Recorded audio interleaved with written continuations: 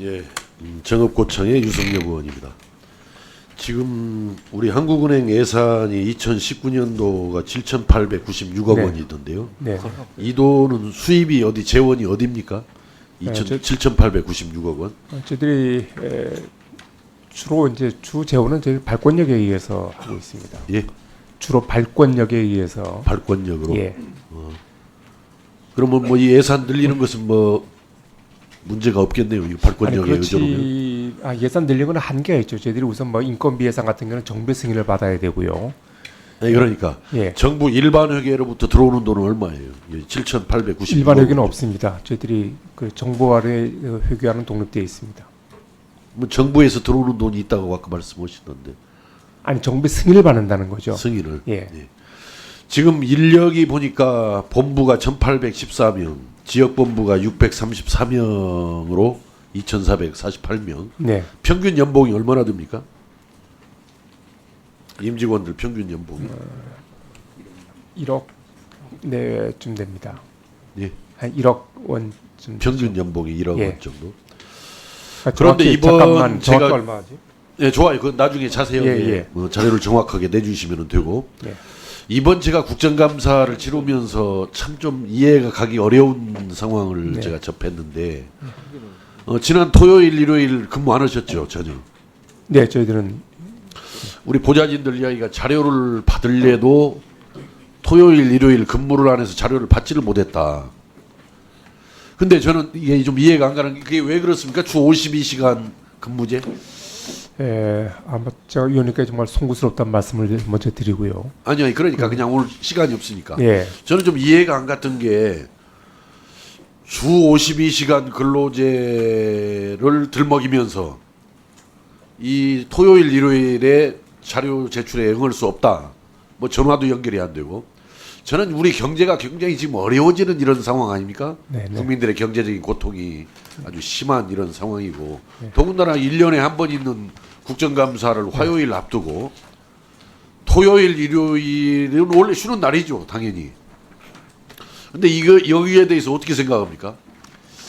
네, 저희들이 국정감사 같은 데에서 의원님 요구에 저희들이 충실히 응했어야 되는데 아니 그렇지 그래서 못해. 그건 뭐 이제 와서 하시는 분 이걸 갖다가 주 52시간 근로제를 탄력적으로 적용해서라도 네네. 차라리 평일에 좀 쉬더라도 네, 그 토요일, 일요일은 좀 자리를 지키면서 일을 하도록 하자라는 생각은 혹시 안 가져봤습니까? 저는 당연히 그렇게 했어야 된다고 생각을 근데 하고 안 있고요. 했죠.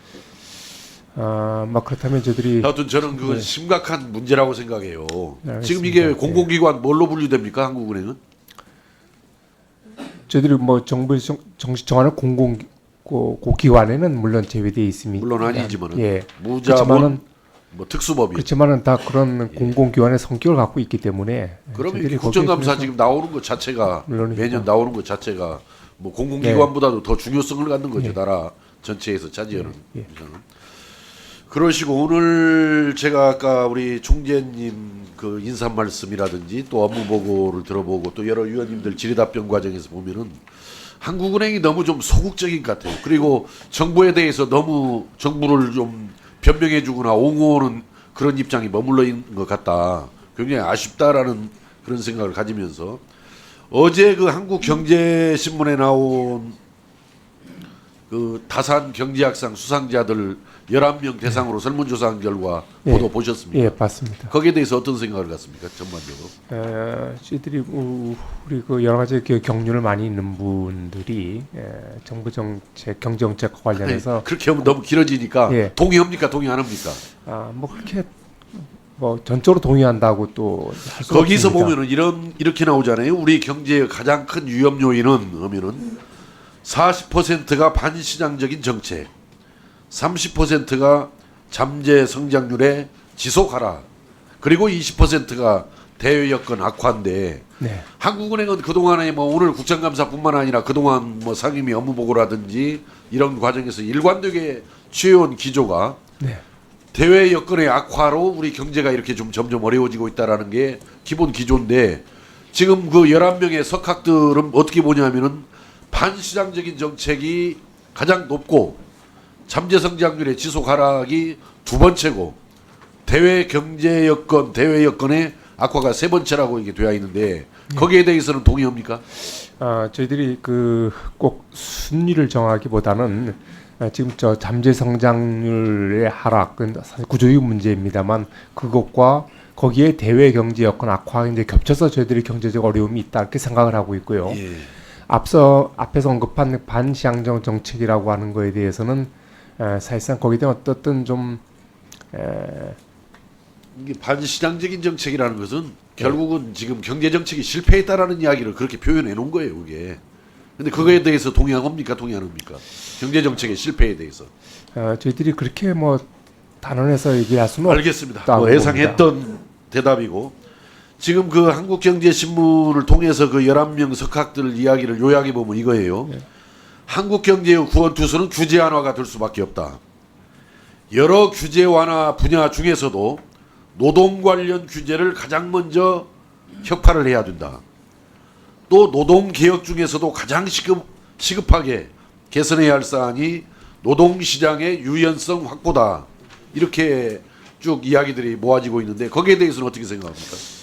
네, 지금 잠재 성장률 하락 주된 원인이 이제 노동 투입 증가세고 그렇게 대응하기 위해서는 정말 구조 개혁을 통해서 노동 시장의 아니, 효율성을 그러니까 높여야 되는 동의하십니까? 어떻습니까? 그게 그런 그 방향에 대해서는 제가 동의를 합니다. 구체적으로 보면 어떤 근데 정책에 대한 저는 이렇게 생각해요. 사실은 거기에서 한 걸음 더 나가야 한다고 생각합니다. 저는 공공부문, 방만 나태한 공공부문을 개혁하지 않고 과연 노동개혁만 해가지고 우리나라의 잠재성장률을 향상시킬 수 있을 것인가.